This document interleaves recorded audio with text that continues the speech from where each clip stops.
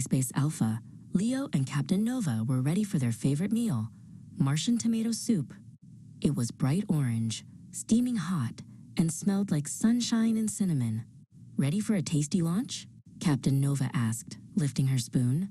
Leo nodded, his stomach growling louder than the ship's engines. They sat in the gleaming metal mess hall, surrounded by stars, twinkling through the giant windows. Suddenly, a loud clunk echoed through the deck. The hum of the ship changed to a low whine. Oh, Leo said, his feet lifting off the floor. Before they could take a single bite, the artificial gravity failed. The table, the chairs, and even the soup pot began to drift toward the ceiling. Leo and Nova flailed their arms, swimming through the air like slow-motion divers in a shiny metal ocean.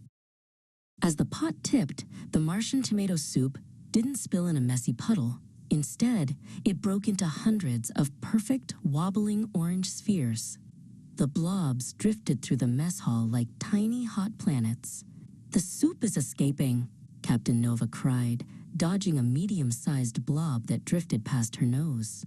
"It's too hot to touch, and if it hits the computer consoles, we're in big trouble." Leo tried to catch a nearby blob with his spoon, but as soon as the metal touched the liquid, the soup sphere split into 4 smaller pieces and darted away. He tried to trap a blob in a bowl, but the air inside pushed the soup right back out. Spoons and bowls are useless without gravity, Leo realized. Even the thin emergency straws were too narrow for the chunky bits of Martian spice in the soup. Captain Nova grabbed a handrail to steady herself.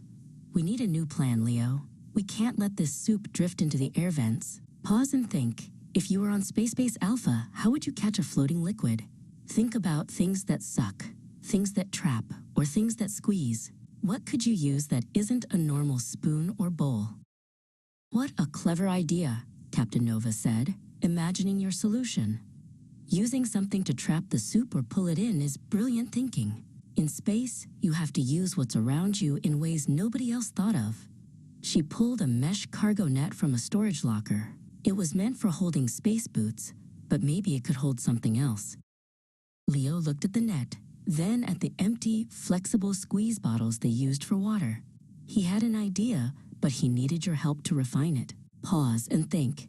Can you design a soup sucker? If you had a flexible bottle and a wide tube, how would you get the soup inside? Would you squeeze the bottle first? Describe your invention. Exactly. A vacuum effect. Leo cheered.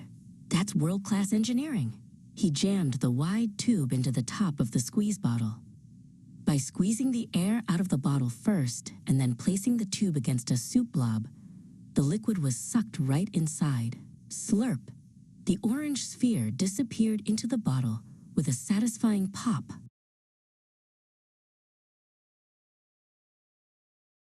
It became a game of space soup fishing. Leo and Nova zoomed around the room, using their new inventions to zip the floating blobs out of the air. One by one, the dangerous hot spheres were safely contained inside the bottles.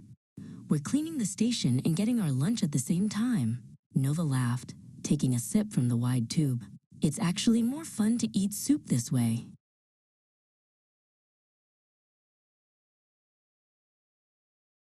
Thump! The gravity suddenly kicked back in. Leo and Nova dropped gently to the floor, landing on their feet. The mess hall was clean, and they each held a bottle full of delicious Martian tomato soup. "Great work, partner," Nova said, clinking her bottle against Leo's. They had turned a disaster into a delicious success, proving that in space, the best tool you have is your imagination.